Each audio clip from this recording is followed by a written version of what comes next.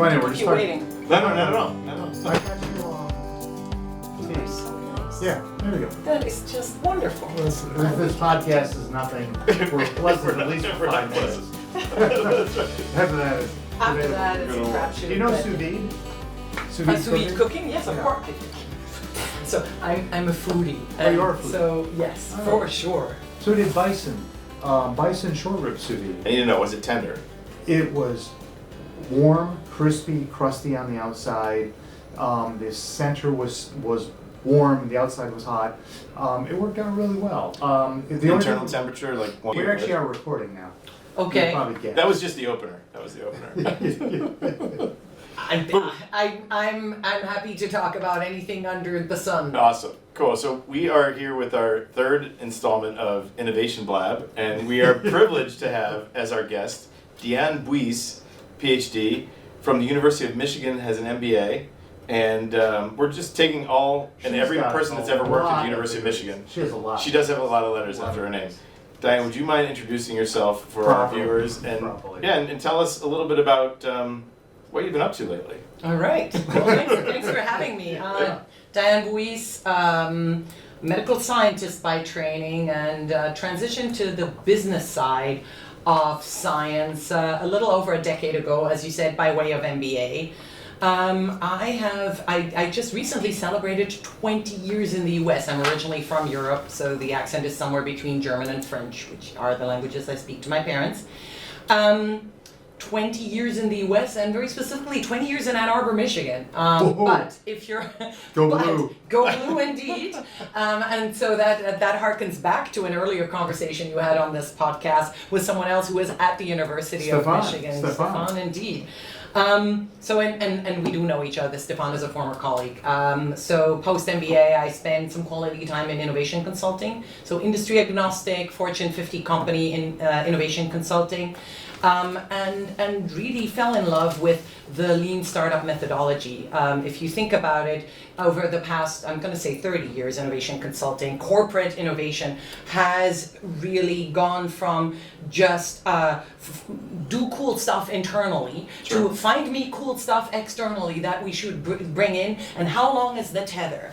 We're going to have to interrupt her soon. Yeah, that's okay. That's Do right. it! But We're letting you But reel you're out letting me the noodle, wine. which is phenomenal. I'll take it. I will noodle all day long. But practically, so fell in love with just the lean startup methodology, and so went from intrapreneurship, which is internal innovation, to entrepreneurship. And so, but the question then is, how do you go to entrepreneurship? There's 25 different ways.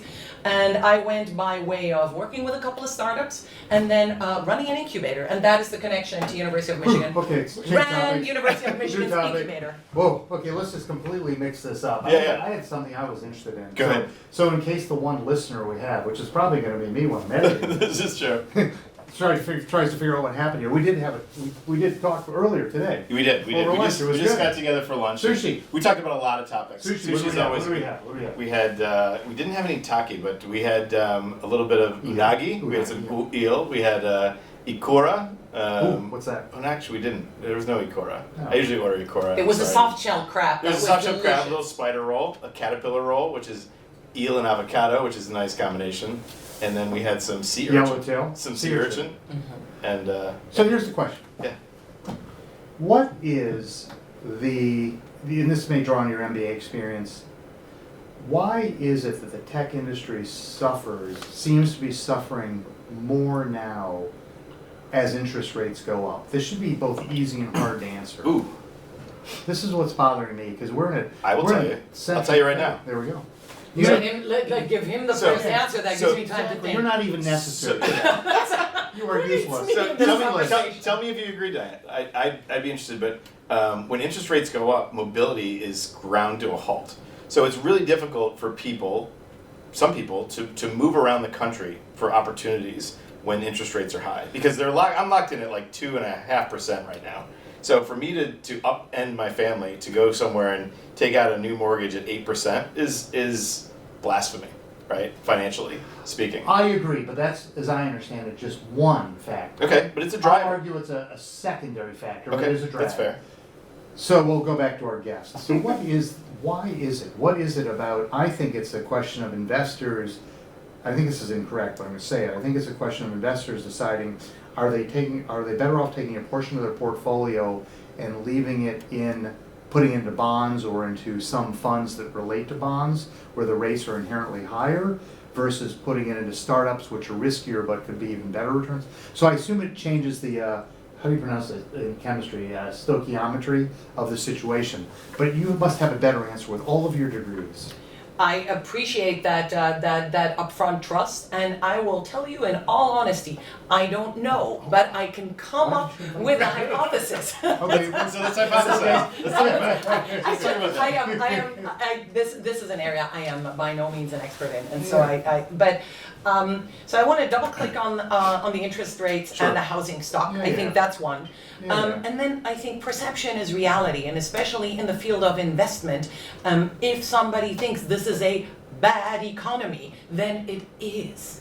And so there is still a little bit of a circle the wagons mentality of there is less money, be it in the markets, but also much earlier where I play with venture capitalists and angels, is let's wait and see, this is not a great time to invest. Is inflation, high interest rates, I think at least these days correlate with inflation, it must. There must be a correlation.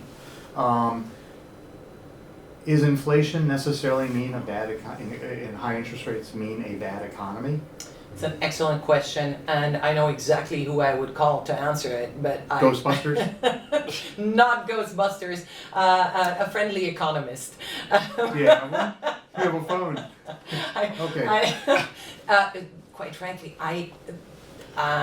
this is an area that I hope to grow into, but I genuinely don't know. And U of M, University of Michigan, you must have run into cycles there, because you were there for a bit. You must have seen these same cycles that we see here out in the, is this Main Street? We're close to Main Street. We are. We're very Actually, close to Main literally. Street. Yeah. My interest has Crossroads. always been on the tech side, Yeah. and so how to get really phenomenal technology to market. And so the factors that help in taking it to market, absolutely. Interest rates are relevant to early stage startups, but by no means as important to later stage startups or big public companies. And so that's why how the interest rates affecting startups specifically is just not something that is very high on my radar. Okay. So I don't have a good answer. Not all of us MBAs are macroeconomists, right? Okay. So Okay. there's some levers that we can talk about. We can pull Okay. in the innovation space. Okay, your turn. So yesterday I saw an amazing movie. We're talking about it. It was called Dumb Money with Seth Rogen. It's brand new, but it was about the GameStop incident at the 2020, around that time, the summer of 2020, where the army of retail investors took over the stock market and formed a pitchfork and torch wielding group to go after large investors, what was the name of the company? Citadel.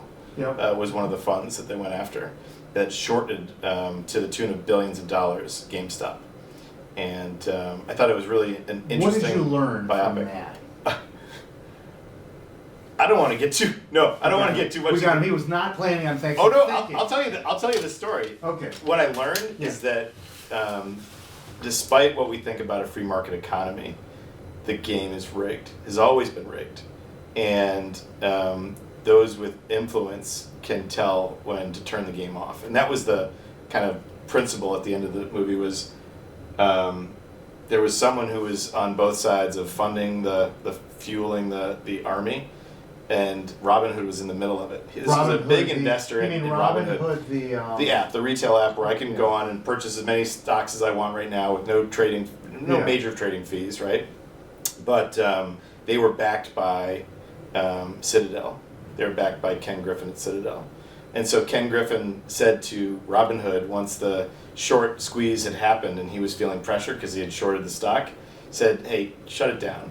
And they found text messages afterwards that said he told them to shut it down so that you could no longer buy Robinhood at the higher price and nobody could continue You mean to buy double down. GameStop at that By point. GameStop, sorry. Okay. Yeah, Robinhood. So, but I thought that was really interesting. It was this huge biopic on what happened in that particular incident, and this army of torch-wielding retail investors were all holding the line, and they finally got the line pulled out from under their feet. Were there any RICO charges? There was filed? a congressional hearing Okay. where they brought in the members involved, and they said, what happened. It was a bipartisan effort, and there was no really politics involved. But what it was we want to know what happened, and what do we need to do to fix this and make sure it doesn't happen. Was there any illegality? That text that I mentioned that he sent to Robinhood to say shut it down and don't let them buy anymore. Take the buy option off so they can't buy anymore. And that was not because the stock markets will occasionally shut down trading, Sure. but not. This was not the same reason. No, this was not, because the stock market was still open, but Robinhood was. Well, Robinhood was closed Shut and it was down. self-interested. Because they couldn't back the $3 billion in calls that happened all of a sudden. Oh. So interesting. things like that. But it was a fascinating movie. If you have a chance, check it out. That's my Where were plug we? for Seth Rogen. Excuse me. Where were we before he so Well, rudely yeah. changed the topic? I mean, I think in this particular case, what I'm taking home, and I haven't Yeah, seen the movie, sure, sure. is know the game that's being played. Oh, that's a good. Know the game that's being played. Sure. Who are the players and what are the rules? Because I think to the army of small-time investors, Sure. not all rules were visible. Yeah, that's And true. so- That's true. Well, I don't think everybody even understood, even the large investors, what the mechanics were that these individuals were playing. So there was a ringleader, and Well, he the was rules changed. yeah, there was Yeah. a ringleader. His name, he went by the pseudonym of Raging Kitty, Oh no. and also Deep Effing Value. I don't think we swear on Innovation Blab, but I do. so Deep Fucking Value was his YouTube channel, and then he had another Nobody watches this anyway. had another one called Raging Kitty, and he was basically saying, I like the stock. He was a Mass Mutual analyst, Wow. worked for Mass Mutual, and then he found that the stock was over shorted and that there was inherent value in the stock, and he just said he just liked the stock. So he started a YouTube channel about it, and then got followers and followers and followers. Finally, he had like 7 million people that were looking at his trades, and he would post his holdings every day after the market closed. And he went from a $53,000 investment, which was half of his net worth at the time, to $48 million. And now what? And what happened to that? Exactly. After this congressional hearing, he doubled down to 100,000 shares. And He disappeared from the face of the planet. We don't Really? know. We have no idea. He lived in Brockton, Mass. Oh. What I think happened, I'm just going to put it out there as a prediction. Yeah. I think he settled outside of court, outside of Yeah. anything, right? And they said, go away. Oh, he's one of these Here's a people check, He's go away. in like New Zealand with gold buried in his basement. Possibly, but I don't One of think those so. guys. He had integrity. One of the things that I was very impressed with was even when he was up to 48 million, he didn't sell. He held the line and he shorted the stock. Or no, he didn't short the stock. He squeezed the hedge fund and toppled a hedge fund. Toppled a couple hedge funds to the tune of $12 billion that had shorted the stock. So I thought it was a fascinating look at how innovation is funded. I'm going to bring Diane back into the game. Okay, go ahead. Sorry, Where I does digress. Where does innovation play into? See if you're going to not get away from innovation here. You were at the heart of it. We can cut that whole bit out, by the way. Probably more useful than everything else. That's okay. Where does innovation play in as a factor in business success? Answering that question from the startup perspective and from the established company perspective. No, there's no reason to cut it out. No, I'm you joking. Gave me I'm time to joking. think. Yeah, Oh, yeah. good. Yeah, gave me time to think. So, Because it's not everything is innovation. Pizza parlors do quite well. Some pizza parlors are quite innovative. Yeah. Oh, even if they're not innovative, right? so I'm at the risk of going all scholarly on you. I Sure. think not everything is innovation, and the question, I think at least drawing up the field from incremental to disruptive innovation makes sense. And so the pizza parlor that comes up with a clever way to sell more pizza, it can be very innovative, and I think so. In the advertising industry, the definition of innovation may be quite different from, say, in hard tech. And I mostly play in hard tech, as in things that and heck, you're an IP lawyer for as much as I understand. So something I that haven't figured that out myself. It's baffling. so things that someone invented that required knowledge of a particular area of science or so, that is that you can patent, that you can defend, that is not something that I can very easily, just by observing you do it once, just copy. We talked about cooking earlier. So if I watch you cook a comparatively simple meal, I can watch you and I can do it at home just because I'm reasonably skilled at the art. Practically in science, just watching you do something once might not do that. So I would qualify that area as invention. And to go from invention to innovation, it has to have some sort of application. Somebody has to care about it. Not just, ooh, that's nifty, but ooh, that's nifty, and it is going to make a difference for me in my life or in my work. I want that. And okay, so we can argue that's useful semantics and all valuable. yeah. Keep going though. So how does, whether you call it invention or innovation, just launching a business or keeping one going is much more than that. So where does that factor, invention, innovation, etc., play into business success? So my short answer is product market fit. And so to me, that really means you have at some point either fallen into or very methodically found a problem that is large enough that somebody cares about solving it. And so it's got to be large enough, it's got to be a pain point of some sort that someone is addressing somehow already right now. But if you make it substantially faster, cheaper, easier, if it fits my life or my workflows better, I might be willing to change my current processes for it. Right, and when you say pain point, it's not necessarily, it can be a pain point, but when the Walkman came out back right after the dinosaurs went extinct, that wasn't a pain point as much as an opportunity waiting to happen, which is, oh, I didn't realize I needed to have music in my pocket. So pain point is a broad term. It is a broad term, I agree, but if you're going to stick with the example of the Walkman, you've got to immediately think of people walking around with ginormous boomboxes and bags of batteries. That's just because if I have a boombox this record, size, right? If you want to go back to I might have 2 hours worth of battery power. If I'm powering a small device, it needs smaller. True, that was that example, but still pain points aren't always pain points. Absolutely. Sure. Okay. So it is better convenience, right? There's so much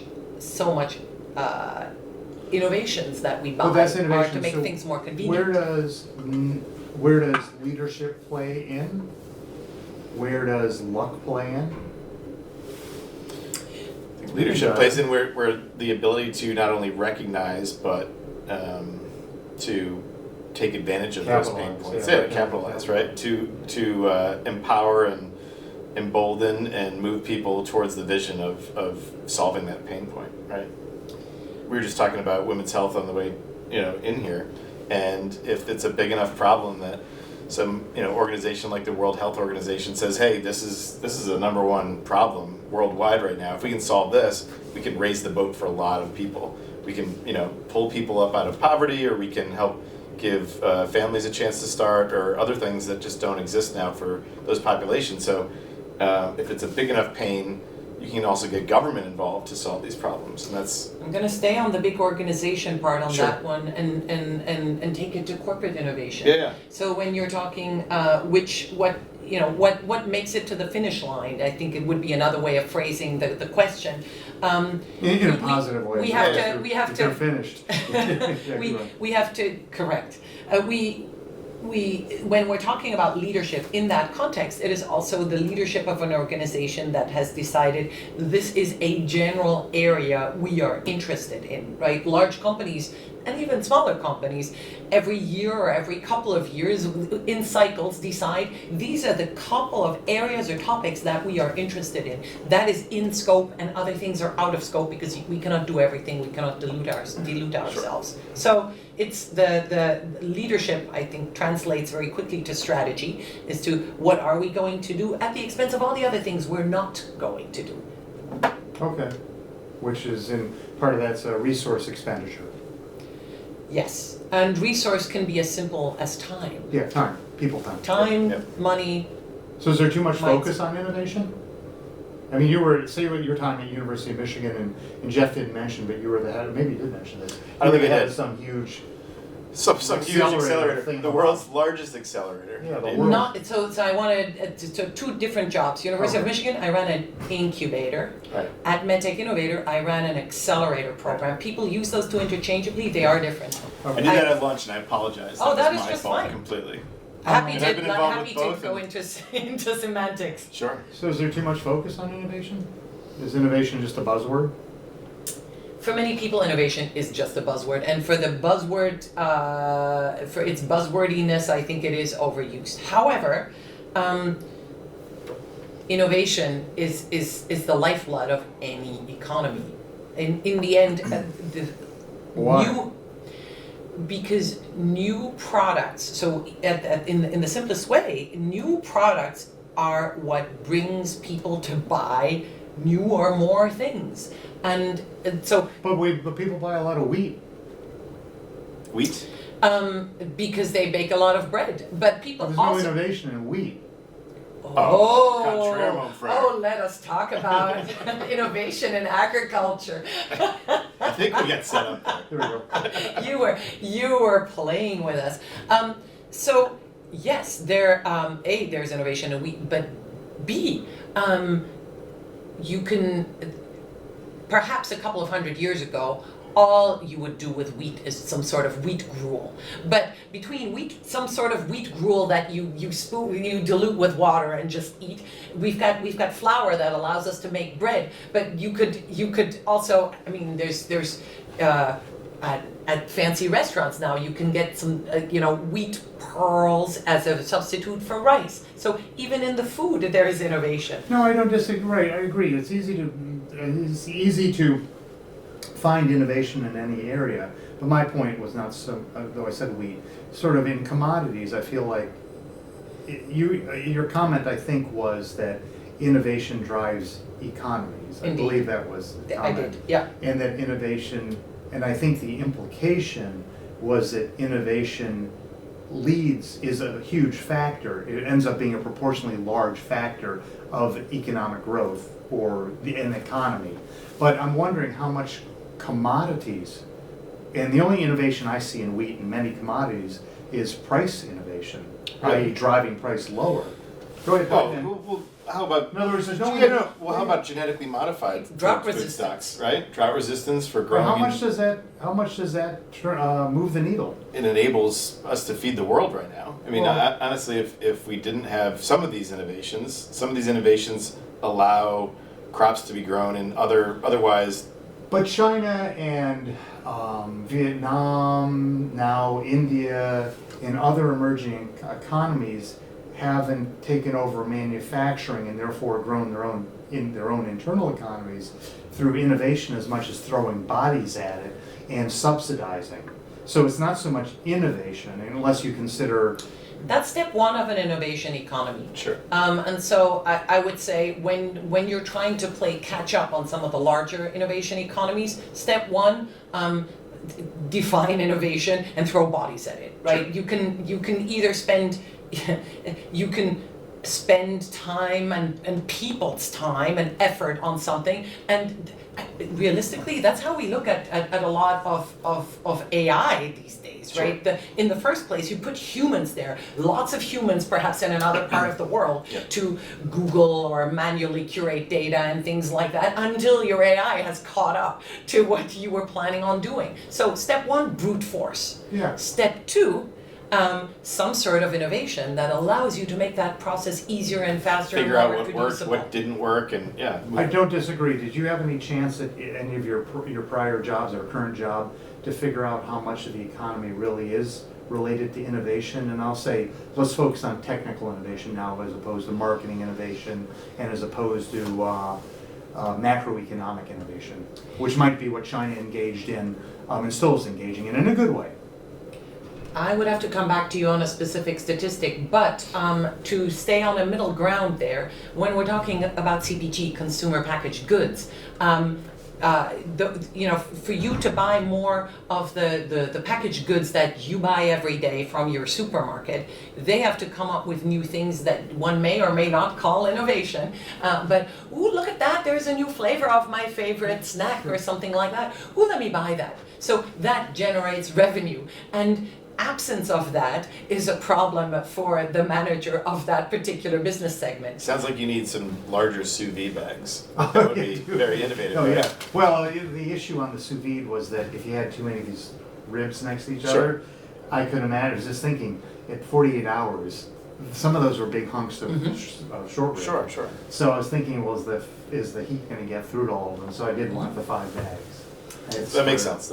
So the smaller bags are the innovative. Or you throw more time at it. Oh, Yeah, yeah. right. Yeah, but the outside, A couple weeks. Yeah, couple but weeks. the outside of the meat would have been dead by that point, That's right? true. That's true. I mean, even as it was at 2 days, there was that one layer I was telling you about in the thick cuts that was super rare, and it surprised me.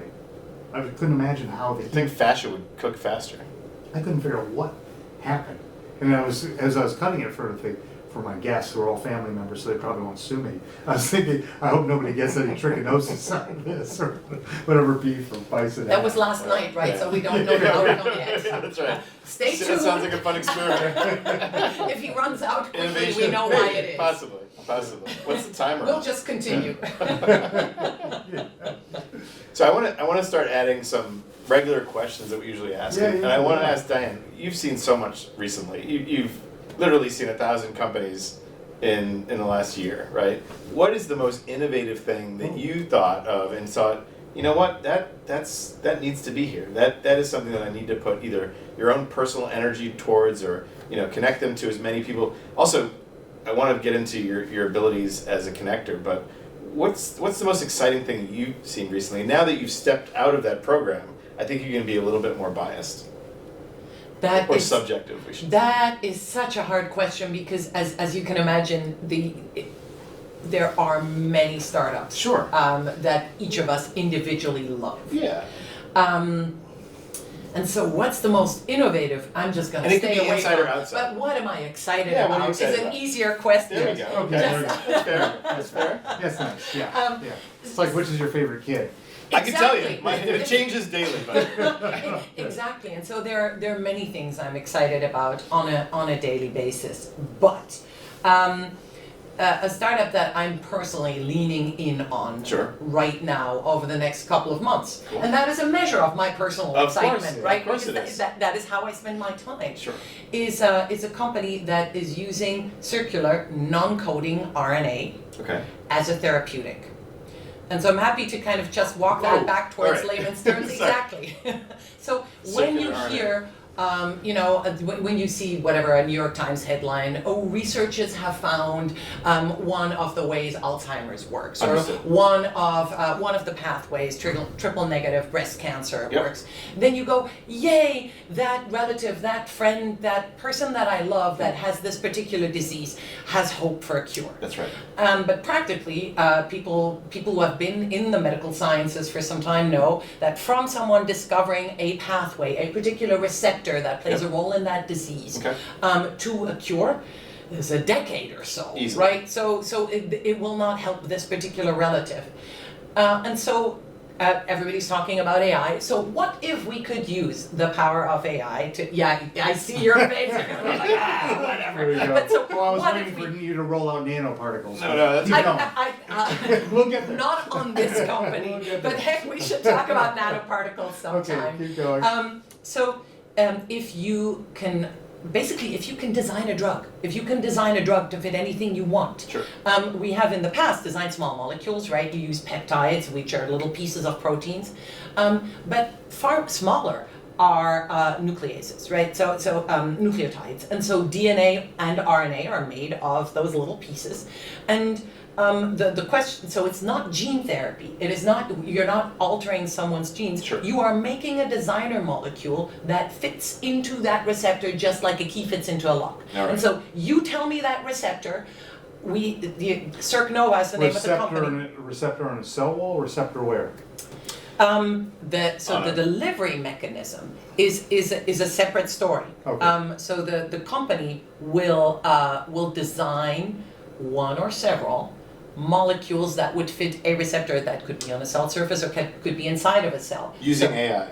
Using AI. Okay. So the AI, So AI looks at the problem and designs says, here, let me. and predicts a thing that is not coding. Not coding is important because that means no side effects, no craziness. Coding as in CODING. Coding as in it has As some opposed- information, it yeah. has genetic information. It's So trying to there are you can produce a piece of RNA that should, for all intents and purposes, do nothing at all, and it's three-dimensional shape Yep. that makes it a key that fits into a lock perfectly well. And so it's predicting that three-dimensional structure, and you can then ship that off. Basically, making these types of molecules has become incredibly cheap over the past decade. So make these three keys, see which ones fit, and you can be in preclinical trials tomorrow, as opposed to spending years trying to figure out a protein that might fit. And that fit would be a delivery mechanism? What is the fit doing once they're bonded in those receptors? It would, so depending on what so then you're going down the particular path of, okay, we're talking triple negative breast cancer. If we're talking about a surface receptor, it would activate or block, depending on what you want to do that receptor. Well, the one listener being me in post-production, when you talk about why is it easier to design, I'll call it a non-coding RNA, but let's just call it RNA. Why is it easier to design a particular RNA sequence as opposed to a protein sequence? Why is it easier to find the appropriate sequence, whether it's a protein or RNA, to match whatever seems to be the critical receptor? Why is one versus proteins are larger and more complex. So I think if you just line it up on a table like a string of pearls, different peptides, then we all have a pretty good understanding of how they bind to each other. Once they go into three-dimensional space, they do things that are sometimes a little harder to predict, and so it's more proteins are larger, and so it is we think easier to make sure that what we're building actually fits on a very granular level, and has no secondary and tertiary interactions that we're unsure of. So it's a faster. So it's a small sequence of RNA sequence. It's not going to. They're not going to fold likely, or they won't fold. So there's not that degree of freedom. They will fold, but we can predict very accurately how they fold. And so if they're this type of cable, exactly predicting that this every single time it will do exactly this, and just this, not that, will fit into a particular Is there a key. difference between the way an RNA will bind into the receptor and a protein sequence might bind? Assuming you could get the geometry correct, is there something about the radicals or whatever does the binding that would change? What is, for example, is protein inherently better or inherently worse or the same? It doesn't really matter. Is that a fair question? Is it even? It is a fair question. It is a good question, and I'm coming to CertNova as an advisor, and so my technical depth is just about here. I'm a molecular biologist, and so if you ask me 6 months from now, I'll be better at it. Okay. But practically, I have met the founders. I really like what they're doing. At my current level of understanding, I find it really exciting. And they say to you that this is easier, it's a quicker pathway, no pun I guess intended, to a solution because we can predictably design these RNA sequences more quickly than we could with proteins, or protein sequences, which has been the prior approach or the traditional approach. We can make them faster and more accurately. There's less shots on goal needed to get to the goal. We talked about that with Stefan Kohler. We were talking about tech transfers and taking shots on goal, and what if we could make it so that we had to take less shots on goal to get more companies out there, right? That's true. So in this case, it's the same thing, but it's with these pathways. That's true. That's true. And using AI. So that maybe analogy maybe works great in I know, hockey as but, well. but maybe we need to add AI to the tech transfer process. Oh God. Maybe AI could predict which ones are better shots on goal. AI, You know, having worked on the startup support side of a tech transfer office, I do have an opinion on that. Sure. And I would say I'm glad. This will be interesting. I would say the job and the goal of a tech transfer office is first and foremost to serve support. university faculty inventors. Understood. And so successful startups are just one metric of success for a tech transfer office. Understood. In the end, enabling every great invention that comes out of that university to make the impact it can is what they do. Some of it is a licensing deal. Sure. Not everything has to become a Correct. startup. That's right. Some things Correct. are well better suited to correct. just throw over to the fit into wall. a portfolio. And Understood. your point. Sorry, I was only halfway. The point is that it's not about what my metric is. My metric is, well, you have this many companies and this many Right. vendor disclosures. That's not the goal. Agreed. The goal is let's Agreed. support all of the faculty and staff to do the best at helping create value out of their Agreed. invention or technology. Agreed. If you're supporting startups, Right. Yes. all shots on goal on or you want to increase your ratio Sure. of successful startups. But if you're supporting faculty, you can Yeah. support faculty in different ways. That's right. So I guess I play in the game of supporting startups, and Sure. so I want startups that I support, be that Okay. at the University of Michigan, be that at MedTech Innovator, be that in my future. I want the startups that I support to be wildly successful, and that's where I lean in. And I think that's where my metric is, because of, and maybe it's a limited mindset, I apologize if that's what it is, of finite resources that can get dedicated to those number of companies and faculty and staff, right? So are they well served if we could take that finite resource and divvy it up amongst each one of them? Or do they get further down the road with the ones that have the ability to help civilization or society or patients or whatever it is, if we say, well, this is the amount that we're going to put towards everybody and everybody gets an equal share, and then this is the amount that we're going to put towards the winners, and the winners are the ones that have survived and clawed their way to the top of this survival of the fittest startup game, this Game of Thrones that we play in I guess I'm looking at it as an investor. Which one do I want to place my bet on? So I think as an investor, you come in much later. Yeah. Of of course. So at that point, you do pick winners. Of Sure, course, you sure. So Right. the But game different- is different information games. asymmetry. Different Right? games. As information asymmetry is you think that through your past experience and knowledge, you understand something better than the next person and see a deal that the next person didn't see. Yep. And that is how you pick Sure. a winner in Yep, your yep, mind. yep. At the very early stage, at somebody making a discovery in a lab and deciding, do I file for a patent or not, it may simply be too early to know whether that's a winner or not. Yep, that's right. Correct. So, if I had yeah. to pick a metric, I would say give it 5 years of continuing to Support, look for yeah. grants, Yep. and so that's at the very Right. early invention stage, That's fair. discovery and invention stage. But you and I come in usually years later. Yep. And so then we look at the winners of that particular process. Sure. They managed to get SBIRS, TTR Sure, funding. sure. They managed to meet a couple of angels. They have done their customer discovery through an ICOR program or what have you. They have ascertained product market fit. They have retained some folks with a business mind so that you don't just have a technical founder who tells you that they found something really nifty. So where does that university experience, which is clearly earlier stage, play into or complement the equivalent role at, say, a family office or in venture capital? To what extent is there overlap? To what extent can one draw the university early stage support experience and bring it to a more advanced, again, venture capital, family office investing or angel investing perspective? I think that very much depends on the appetite for risk.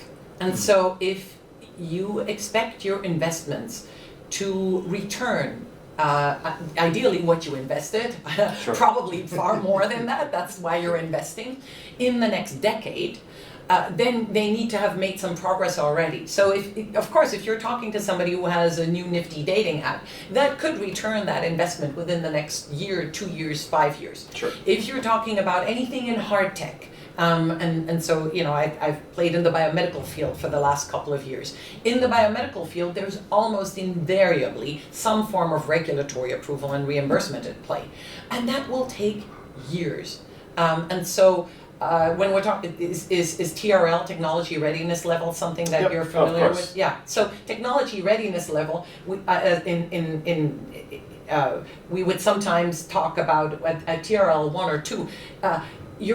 How many miracles do you still need for this thing to work, right? And so, as a family officer, as an angel, as a very early stage investor, chances of this thing not working at all, perhaps because we couldn't make the science work for us, is high. So the question really is then, are you doing this to eventually make money, or are you doing this because you think the science is really nifty? If you can afford to lose the money, absolutely go for it at that stage. If you cannot afford to lose the money, you need a portfolio approach in the first place, but you need to come in a little bit later where the science has been de-risked, and the risk you are facing is a business risk, no longer a science risk. And where does innovation in process, whether it's innovation in technology or innovation in process, factor into those later stage decisions?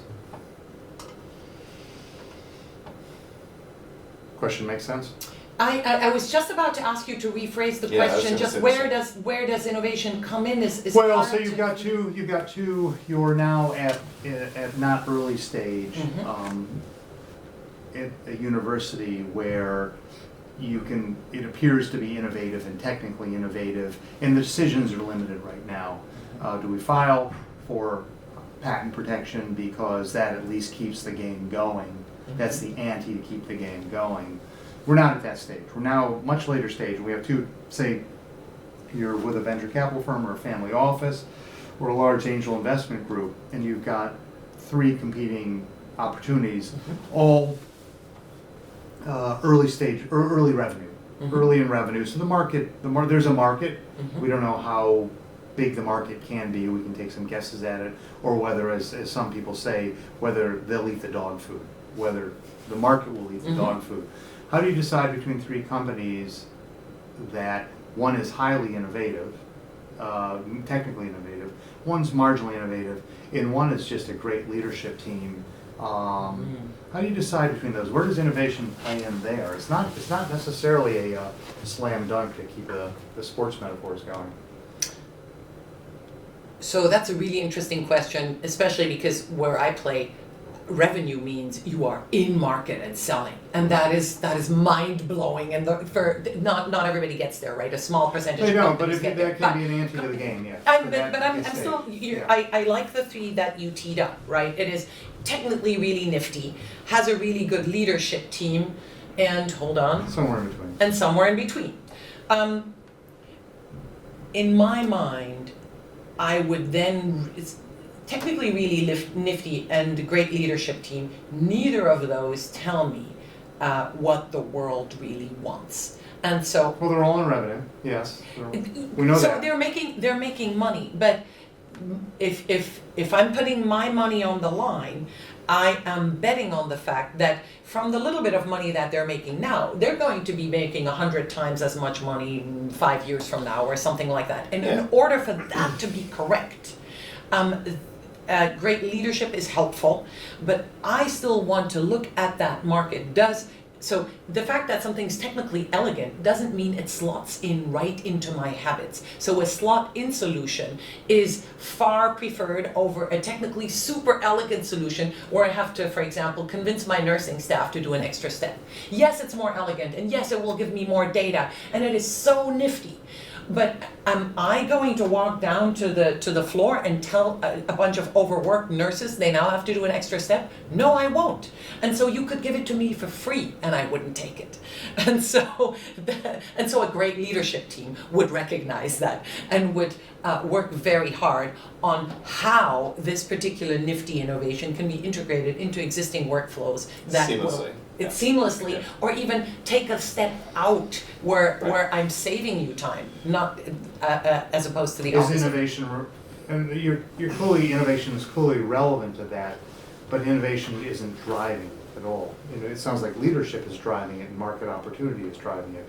And innovation is sort of I'm tempted to say that innovation is simply a barrier to entry, a competitor's barrier to entry. And we don't care how the innovation is protected, whether it's intellectual through patents or whether it's through trade secret or which is we know how. Innovation to me is a barrier to entry. It really seems to focus on team and market opportunity. And innovation may be not irrelevant, but a secondary factor, almost insurance. Insurance in turn, or flanking protection and market position. I think you hit it on the head with barrier to entry, and I also think the moat that you're building to be able to grow, keep, and maintain your market share.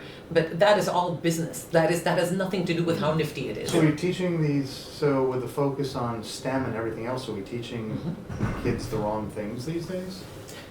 I think you have to have a basic understanding of how things work.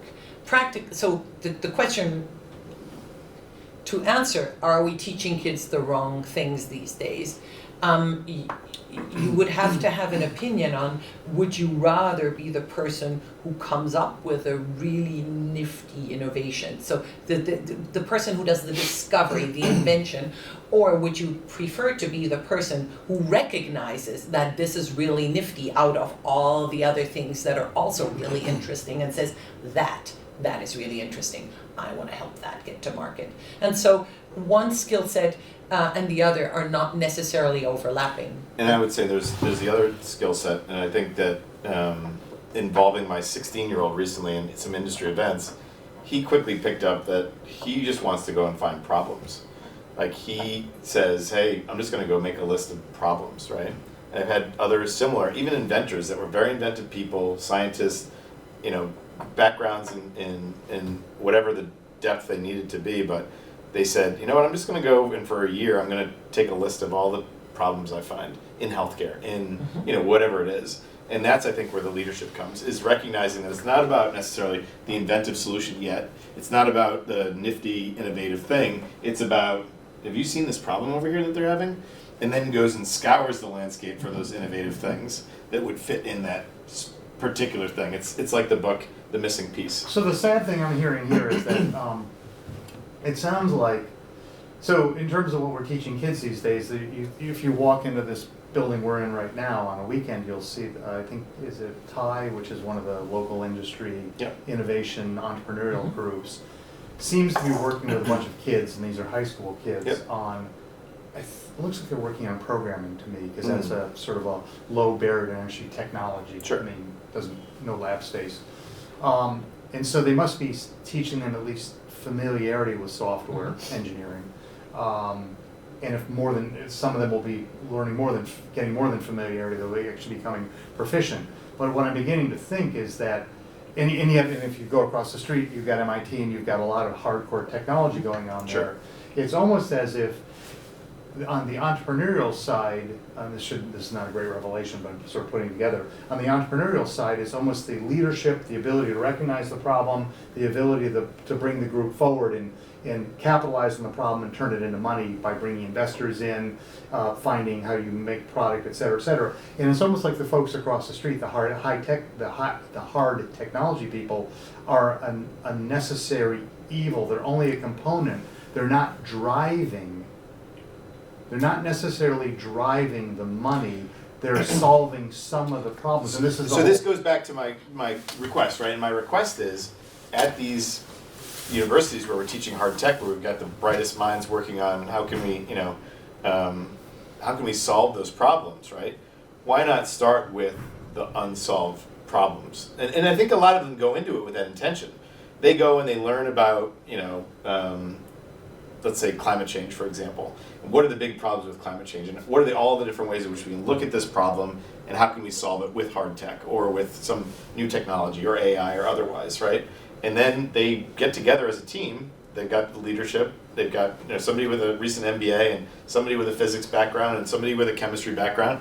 And they say, let's go approach this and attack this problem together. Where does pure science play into that? Where does pure science? Because I feel like It's a component. It's absolutely an important component. To actually know recognize what the real problem is, Yep.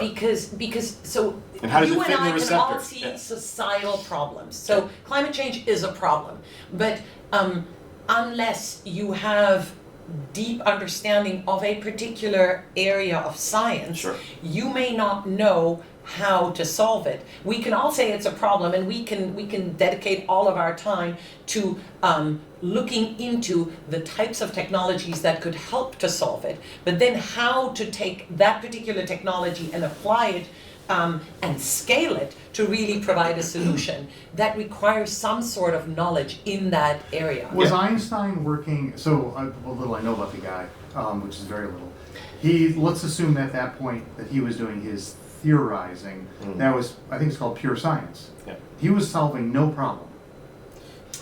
Well, I think The theory of relativity was an imaginator. It was, so I think science, Einstein or not, I also don't know enough about Einstein to give you a perfect answer to that. But science is understanding the world around us and hypothesizing how it works and then Agreed. conducting experiments and understanding it. And when you understand something, you can apply something from here to there. Agreed. And that then becomes innovation. I can use a tactic that I know Right. from agricultural technology in a problem in plastic injection molding that the plastic injection molding guys Agreed. haven't thought about because they're only looking into the physical chemistry of the material. so here's the thing. So Einstein was a terrible student, right? Didn't pay attention in class, didn't want to be there, was more apt to look out the window and daydream about things that could solve problems, right? He was actually He had- contemplating this podcast. Sure, but he had an amazing imagination, right? And his ability to envision what things could happen and put these things together. But one of the most formative times of his life was when he spent at the patent office. And he was inundated with many different disparate things. And he started putting things together.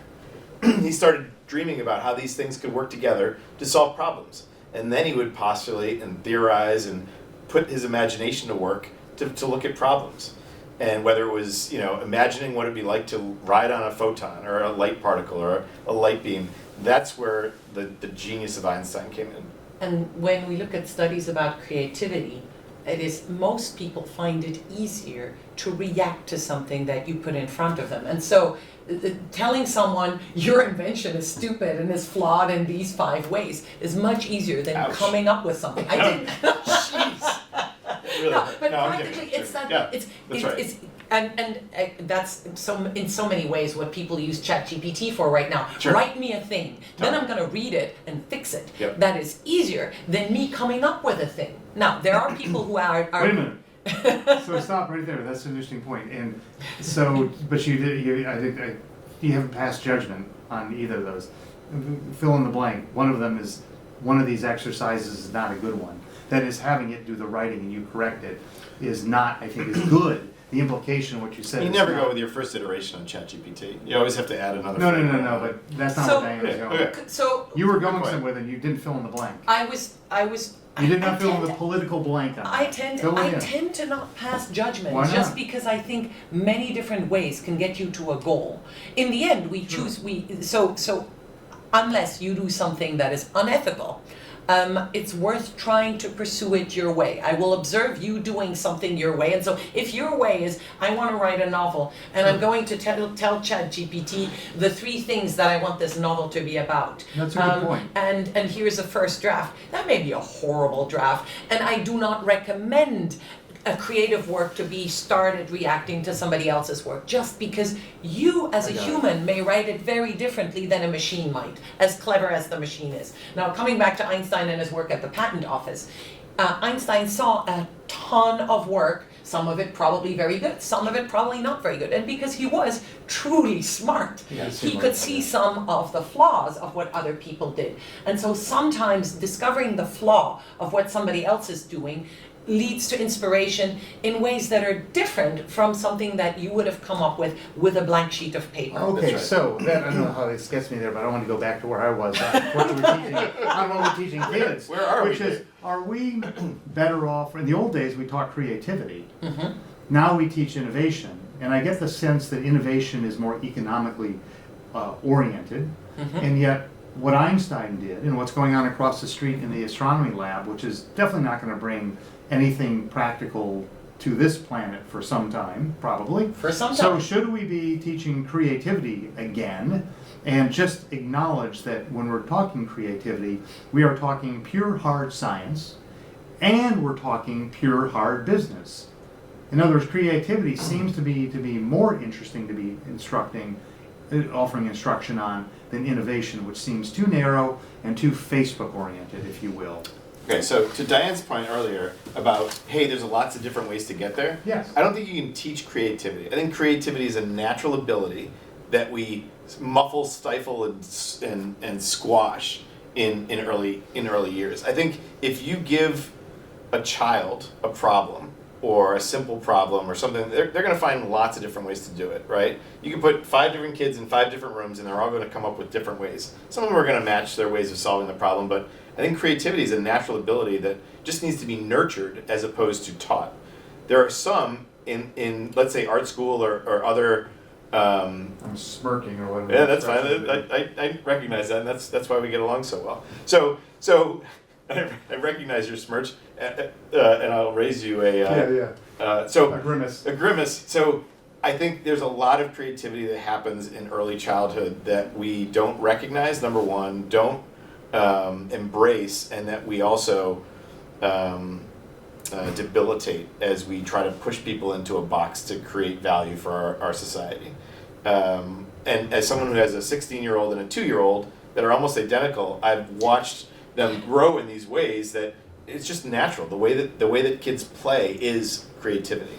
We have a natural ability to do this. I think you can teach it. If you can teach innovation, but weigh in, Diane. I think you can teach innovation. I don't think you can teach creativity. I think you can teach creativity. Okay. I think we all come pre-packaged with something, and some things are more drawn out than others. Yep. And so I will agree with both of you, which seems to be impossible. No, but I think that you come pre-packaged with some of it. I think the point that we are missing from this discussion is discipline. Yeah. When we talk about creativity, we generally think it's a free-flowing process where I just do whatever floated into my head. That is one version of creativity. Sure. But practically, when you talk to some writers, for example, many writers have a strong and so fiction writers, right? People who use their creativity as their art form. They have a strong discipline about I must write at least X amount every morning. So discipline is something that we don't talk about very much in this context, but I consider innovation to be a discipline, and that's it's a professional view. We have taught in my prior firm. We have taught people to be innovative, and it is a daily, a weekly, a monthly, and annual. It is a discipline. It's a different way of looking at the world and thinking, and so I'm tying that back to science. The reason I stand tall in my choice to pursue a PhD, and will still tell other people, like, should you get a PhD, shouldn't you just drop out of school and do something that will make you money immediately? Perhaps it really depends on where you are, and I'll have that conversation with that person. But I think what a PhD gets you is great depth into one area. I can go very deep into some molecular pathways that somebody else might not. But practically, you may not care. Very few people in the world care about the thing that I'm an expert in. But what it teaches me is how to think. And so, how do we teach children? What should we teach our children? We should teach our children how to think, but only the discipline on going quite deep on something, and hopefully something you love, so that it doesn't feel like drudgery.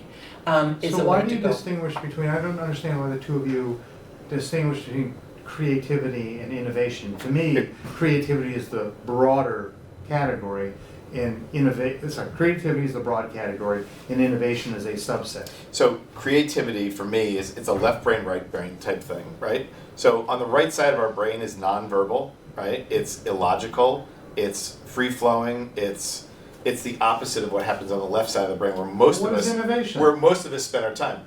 innovation is on the left side of the brain. It's discipline. It's written word. Applied to a spoken market. word. Applied to a problem. I think that's the only thing in a logical way, in a linear fashion, in a step and stages. So on the right side of the brain, you can train creativity by learning how to see, by learning how to observe, by learning how to witness, or by learning how to take what I see and put it on paper, which requires no talking. It requires a different frame of mind, and there's clearly two different hemispheres to that frame of thought. There's a great book by Betty Edwards called Drawing on the Right Side of the Brain.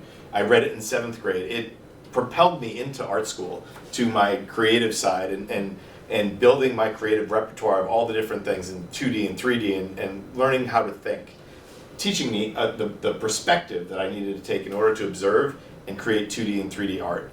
However, when I went and did my MBA, it was taking all those things and adding discipline to finance, accounting, economics, so that I could see the world the way that a business person sees the world, and put things in a structured format to lead a business to solve a problem.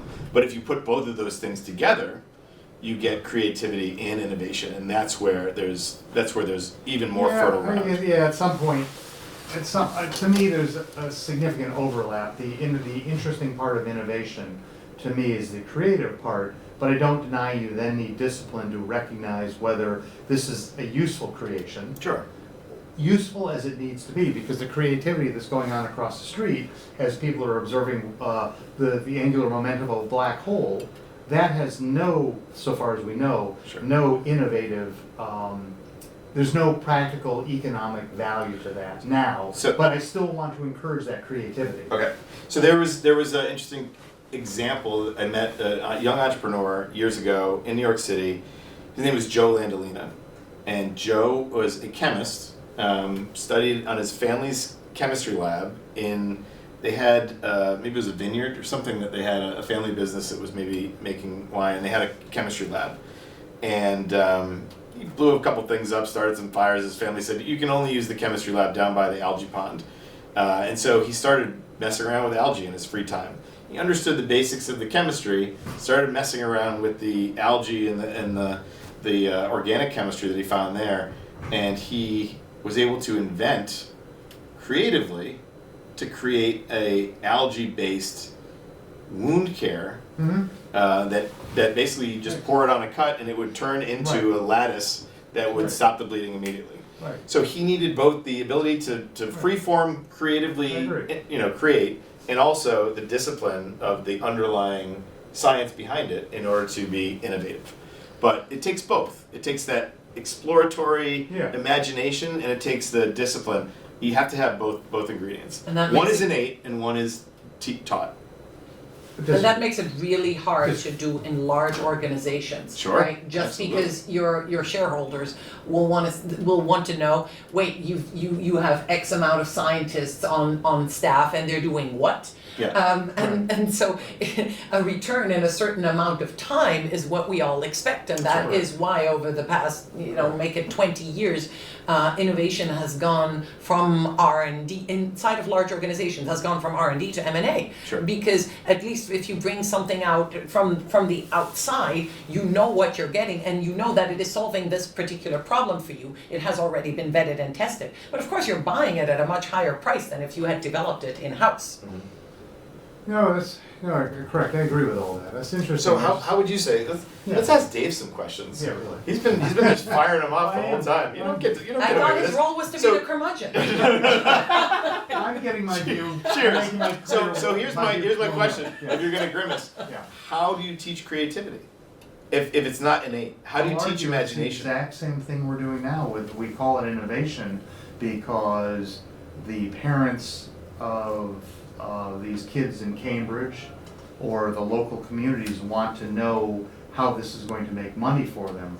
But what we call innovation, in my mind, a lot of it really is creativity combined with discipline and sort of a practical application.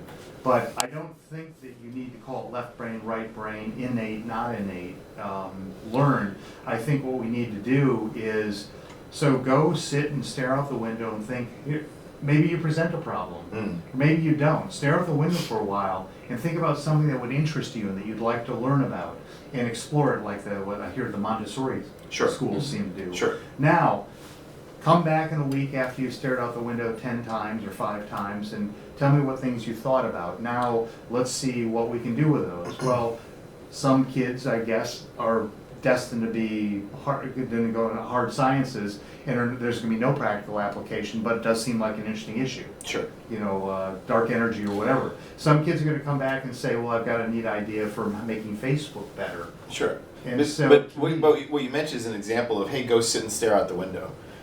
So go sit and stare out the window implies that the brain of that observer is somehow just processing what they're taking in, and what the brain does with those thoughts does with those things, that's an innate activity. It's not something you can't really, you can teach people how to observe. I don't believe that. But I don't believe you can't teach. I can't. When I look out the window and you look out the window, do you think that we're seeing the same thing? It doesn't even matter what we're seeing. I may not be seeing anything. Yeah, no, I don't know what we're seeing. To me, I guess what it comes down to is I don't know how you can in the same breath say you can teach innovation and yet deny that you can teach creativity. It's all one and the same. But I think innovation is a process. I think innovation is if you do X, Y, and Z, you're going to come out with a product.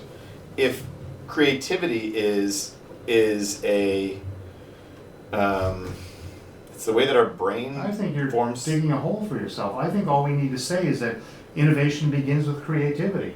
And that if you're going to hard sciences, you'll never get far down the innovation path because we don't need it to. And if you're going down the practical mid-sized company, got to get another product out in 5 years, you better be on the innovation path quickly. So are you arguing that we should teach more creativity in our classrooms? I think that we should stop focusing, we should change the name of this podcast from Innovation Blab to Creativity Blab. All right. Because not all creativity leads to innovation and leads to economic result. It doesn't need to. And we don't want it to. Okay. I mean, we need to know about black holes. We need to know about all that stuff. Sure. I don't know why. But all those things were But we all postulated agree. first. They were all just thought of. They were an idea. They were hey, if this is true, then that means that black holes exist. Yeah, okay, so let's make it more practical. We want to get to the moon. We're not sure why. It seems to be a hard science in the the 1900s Sure, or sure, 1850s is a Okay. hard science. Yep. And we're figuring out how to get there. In the 1930s, we developed, or 20s, or whatever, we developed, or 40s, we developed rockets. And then finally we figure out how to get to the moon. So we're 100 years off now, 150 years off it's going to be, maybe before somebody starts mining this stuff, that big asteroid that's all metal. Sure. There's going to be a ton of money in that. So you need to fund all that. That was creativity originally that was going to go, it was hard science creativity, but in not too distant a future it's going to be real money, and one can imagine that the study of black holes will be the same. This question is going to be more like 1,000 or 10,000 years. Sure. Before that turns. Well, now we're postulating white holes, right? That's what we're talking about. Well, my point is that the distinction between creativity and innovation, to me, there's not much of a distinction. One does require that you try to bring it to a marketplace, and I guess that's what we're calling innovation. Yeah. That's fine, but it all starts with creativity, and I can't believe that innovation doesn't start with creativity. Okay. I would say that sometimes it starts with observance, right? An observation. Maybe your eyes are closed. Okay. Maybe it just starts with a dream. But I guess what we need to do, what's my point? I guess my point is that maybe there's too much focus on money. Wow. Okay. Okay, your turn. I think there are two concepts at play here. One is nature versus nurture. Sure. And so that harkens back to what do we teach, what is already in ourselves, how do we draw it out. I think Dave's going to do a master's in art now. You're going to do a master's in fine art now. And the other one is really I find the creativity versus innovation. I find that a mostly semantic discussion. That's fine, yes. And so whether you rename the podcast or not, I look forward to seeing the result. Yeah. I can see both, but practically,